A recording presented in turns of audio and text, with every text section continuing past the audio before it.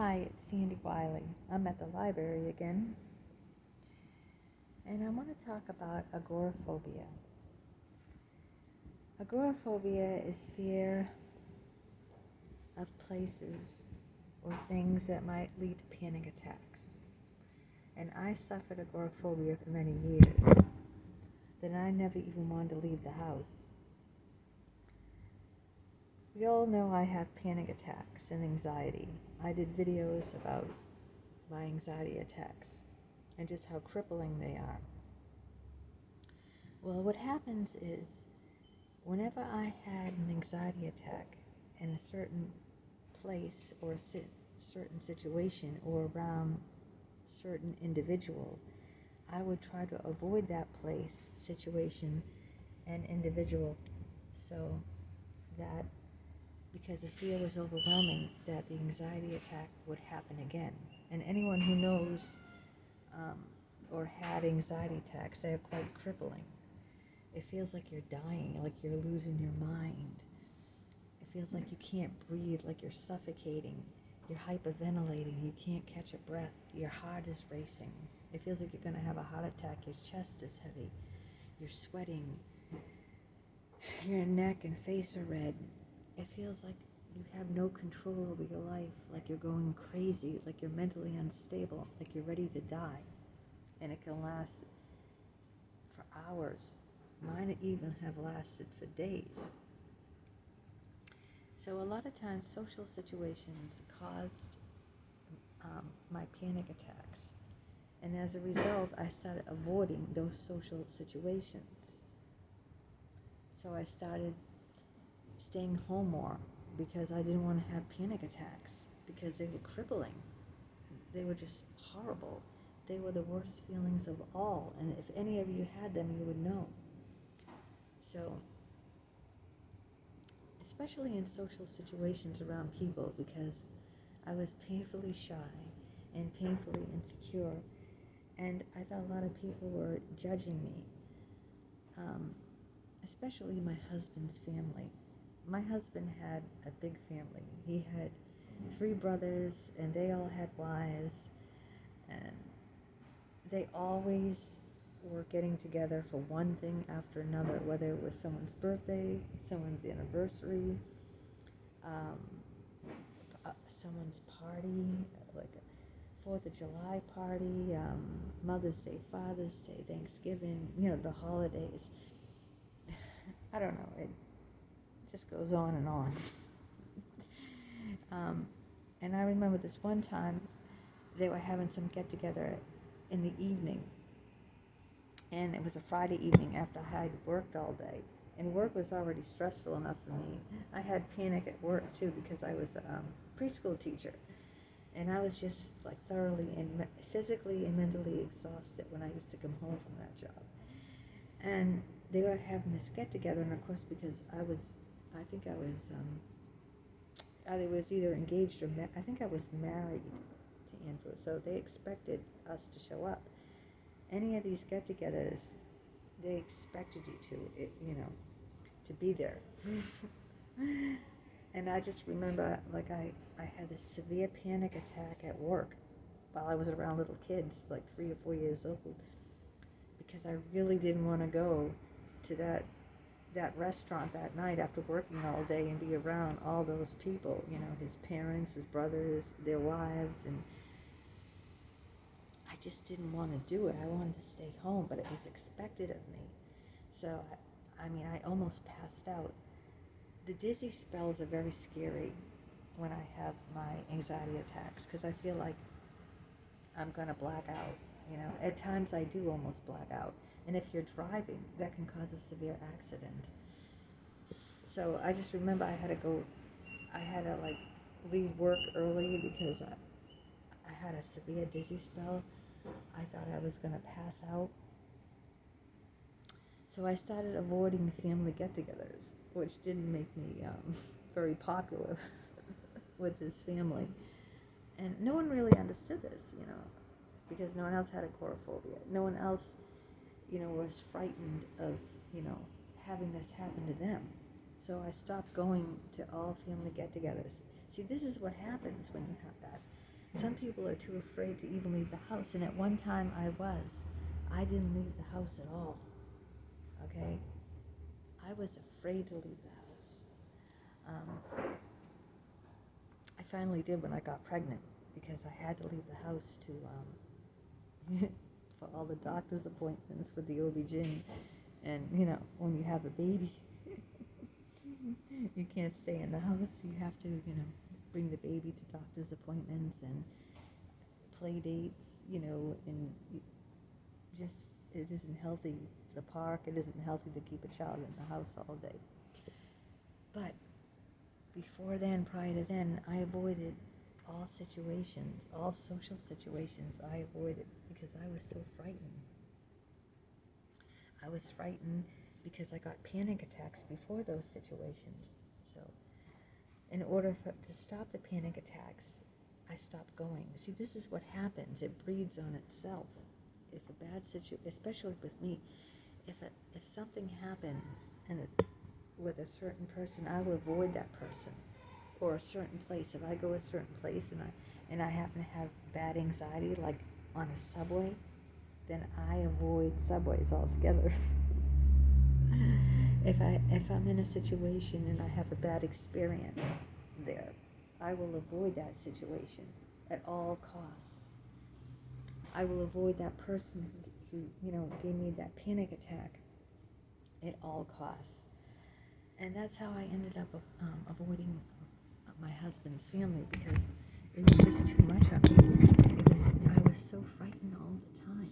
I was just, I would, like I said, at work, I'm around little kids. I was a preschool teacher, and I had such a severe dizzy spell. I thought I was going to pass out. I literally thought I was going to pass out. It was frightening as anything.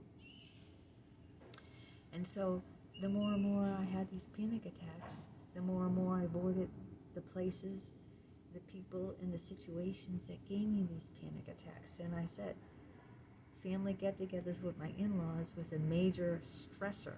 So I avoided that at all costs. And they thought I was just being a snob, but I wasn't being a snob.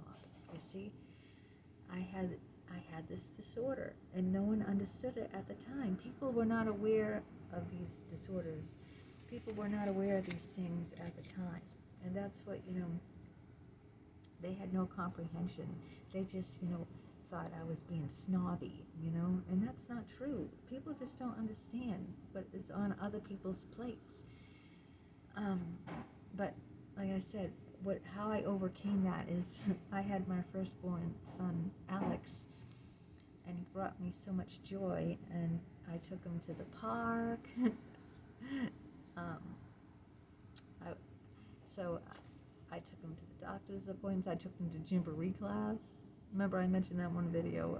It was a little play date with other kids his age, Gymboree. And so slowly but surely I had more positive experiences leaving the house and going out. But I never really did. I went to Christmas brunches after that. I saw my in-laws once a year during Christmas. I went because I had a baby, and by then they all had children. So Alex helped me out of that one. I love me my Alex, my alley cat. I call him my alley cat. And that's what helped me out. I know other people. I know therapy helps people. Maybe people need anxiety medication. I don't believe in medication at all. As far as therapy, I've had some horrendous experiences personally over the years in therapy that I would never go to another therapist, but I'm not trying to dissuade you guys from doing it. But yeah, it was, having Alex, having my alley cat, that, having him made me strong, and it brought peace and happiness to me, and I was able to leave the house and do these things that I hadn't done. I stayed in the house for years. I told you in one video I had a deep depression where I had shades pulled down, and I just ate and slept I had the mattress out in the living room floor, and I would just eat and sleep all day. That's it. Never leave the house. Pull all the shades down. No lights on. Be in total darkness. And I would just stay that way. I was afraid to leave the house. I was afraid of having another panic attack. And when I did leave the house, I never, if I had to, um, for some reason, like a doctor's appointment because I'm trying to get pregnant, or when I finally did get pregnant, I had to see the doctor, right? I had to get those prenatal vitamins and make sure that my Alex was okay. Have those, checkups. I had my husband go with me and take my hand, and I would just I'd look around, make sure no one I know is around, and I'd run in the car. My husband would drive. I would never drive then. I didn't drive because of the panic attacks. I stopped driving. I stopped doing everything. I stopped socializing.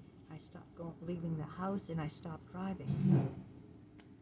So he would take me to all my OB-GYN appointments, and I would just dash in the car, look around like this, make sure no one's coming, right? And then I would just dash in the car and put my head down like this.